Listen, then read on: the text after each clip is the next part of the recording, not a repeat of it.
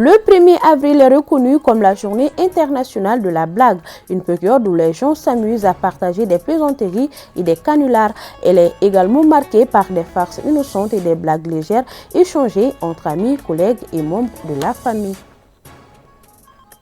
Certaines professions comme les magistrats, les médecins et les pharmaciens doivent prêter serment selon la loi. Cet engagement solennel les oblige à exercer leur métier de manière loyale et digne. Tout manquement peut entraîner des sanctions allant de l'avertissement à la radiation de l'ordre professionnel. Voilà pour les titres, mesdames et messieurs, ravi de vous retrouver. Bonsoir et bienvenue dans la grande édition de ORTM2.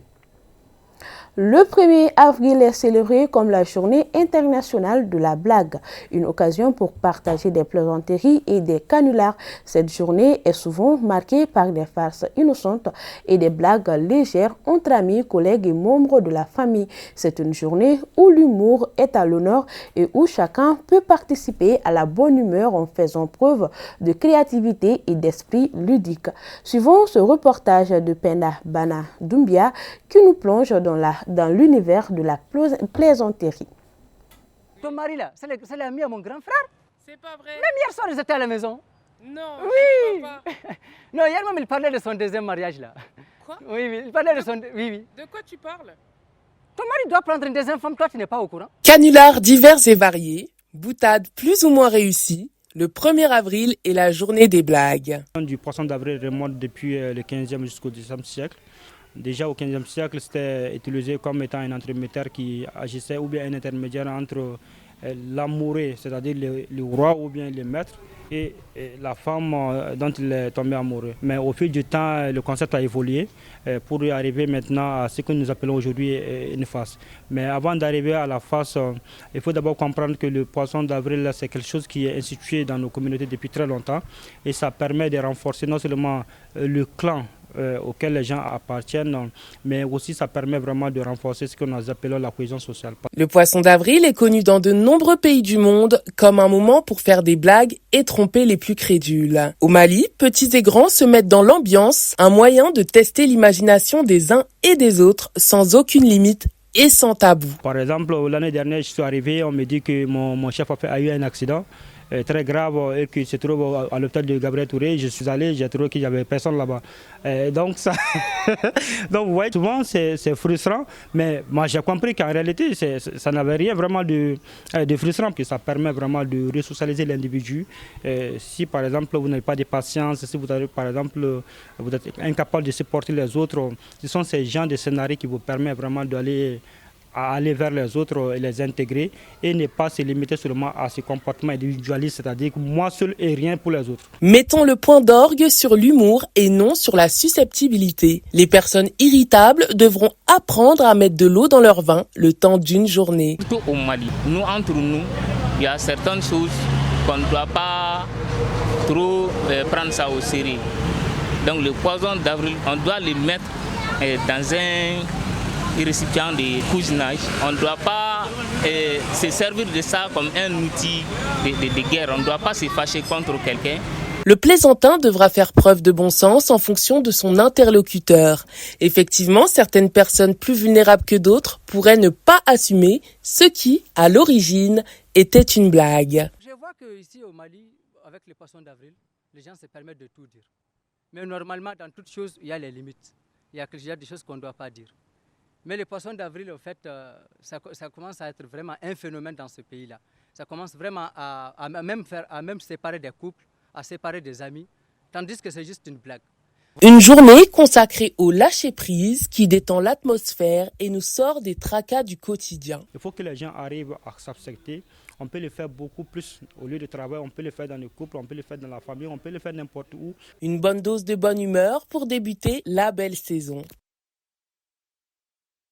Je le disais au sommaire, certaines professions comme les magistrats, les médecins et les pharmaciens sont tenus par la loi de prêter serment. Ce serment représente une déclaration solennelle où ils s'engagent en invoquant une entité sacrée ou une valeur morale à exercer leur métier de manière loyale, digne et fidèle. En parallèle à cet engagement, chaque ordre professionnel établit ses propres principes éthiques et déontologie visant à sanctionner sanctionner toute violation du serment. Ces sanctions peuvent prendre la forme d'avertissement, de blâme, d'interdiction temporaire ou permanente d'exercice, voire même la radiation de l'ordre. Aïssata Ba pour les détails. Je donnerai mes soins gratuits à l'indigent et je n'exigerai jamais un salaire au-dessus de mon travail. Cette phrase est un passage tiré du serment d'Hippocrate, une promesse solennelle faite par les personnels de santé en début de carrière. Ce texte sacré des médecins est considéré comme la première loi qui leur est imposée dans les métiers. En fin du serment, il y a un passage que les hommes m'accordent leur estime si je suis fidèle à mes promesses et que je sois couvert d'opprobre et méprisé de mes confrères si j'y manque. Et enfin, on dit je le jure. Et ce serment, dans beaucoup de centres de santé, vous allez voir, beaucoup de médecins l'affichent dans leur bureau pour que c'est un signe de rappel. Chaque fois, le médecin doit se rappeler de ce serment, chaque fois et devant chaque patient. Chez les pharmaciens, ce serment est galien. Il demande aux pharmaciens de respecter la personne humaine et des enseignements reçus afin de les appliquer textuellement sans profit.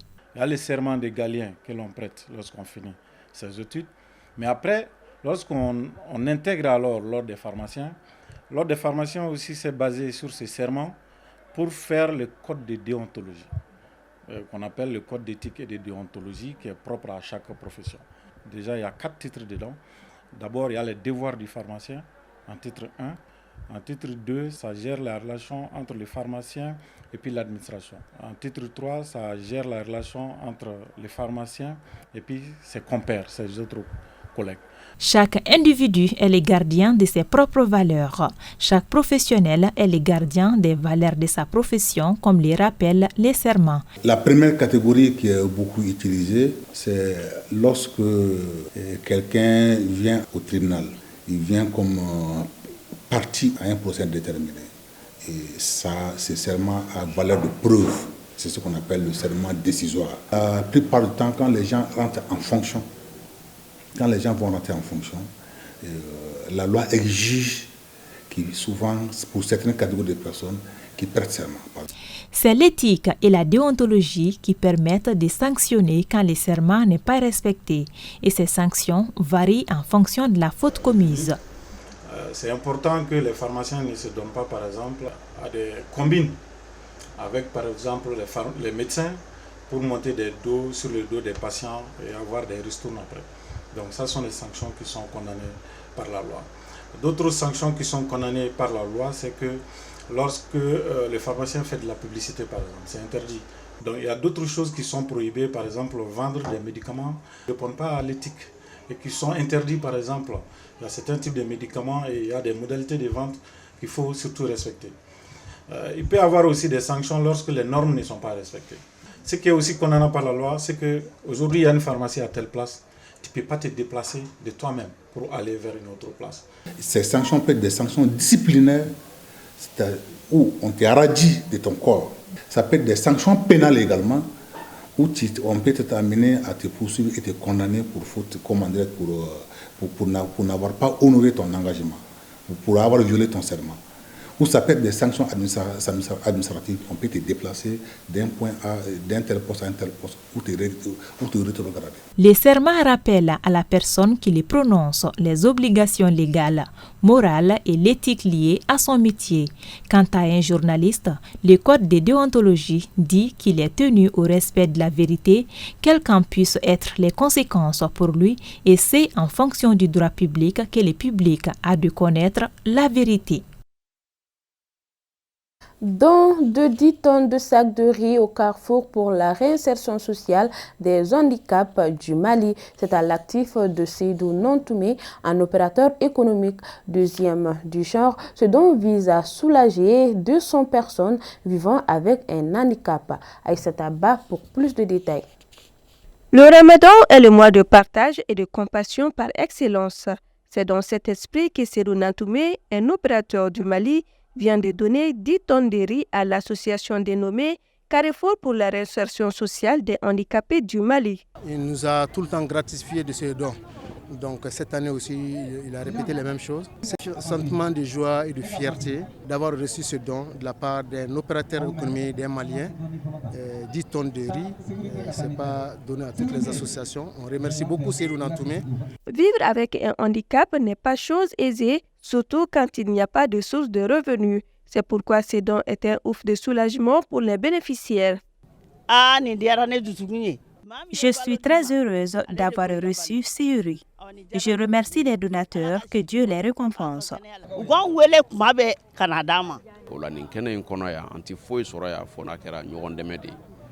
Ce lieu est un espace de partage et de compassion qui est aimé par le bon Dieu. Je remercie les donateurs. Nous ne pouvons que faire des bénédictions. Cette donation est la deuxième du genre et concerne 200 bénéficiaires, principalement les membres du Carrefour pour la réinsertion sociale des handicapés qui se trouvent ici à Bamako, mais aussi dans les régions du Mali. C'était plutôt un reportage de Aïssata Traoré. Sous la houlette de son président Mohamed Diabaté, l'association Benkan de Nyarela a organisé une cérémonie de rupture collective du jeûne dans la dite localité en commune 2 du district de Bamako. Cette initiative avait pour dessein de renforcer les liens entre les membres de l'association ainsi que ses partenaires. Samba Sanogo. Rupture collective à Nyarela, une initiative de l'association Benka. Objectif, renforcer les liens de fraternité et d'entraide entre les membres de l'association et les habitants du quartier. C'est le mois béni, le mois de la paix, c'est le mois de la cohésion et puis c'est le mois de solidarité aussi. C'est pour ça qu'à chaque année, arrivé à le 20e jour du jeûne, on organise cette rupture des jeunes, on appelle tous les jeunes du quartier, on lance l'appel toutes les couches de venir faire la rupture ensemble. L'association Benkan de Nyarela regroupe plusieurs femmes. Elle organise cette rupture collective chaque année afin que la cohésion règne entre les membres de l'association. Nous faisons appel aux autres femmes de nous rejoindre pour participer au développement de notre quartier. L'association Benkan était accompagnée par ses partenaires, notamment le mouvement de la jeunesse de la commune 2 du district de Bamako. Son vice-président Modibo Sango exhorte les leaders d'associations à organiser des événements de ce genre dans les autres communes de la capitale au nom de l'union et de la cohésion entre les Maliens. Nous sommes vraiment contents, très satisfaits de venir assister et accompagner la jeunesse Benkan de Nyarela. Nous sommes là vraiment à l'assister parce que le mois de Ramadan est un mois béni. Là, je lance un appel aussi solennel pour qu'ils puissent doubler aussi leurs efforts dans le cadre de ce partage pour ce mois de Ramadan. La prière du crépuscule a été le lieu de faire des bénédictions pour le Mali. C'est la fin de cette édition. Merci à vous de l'avoir suivi.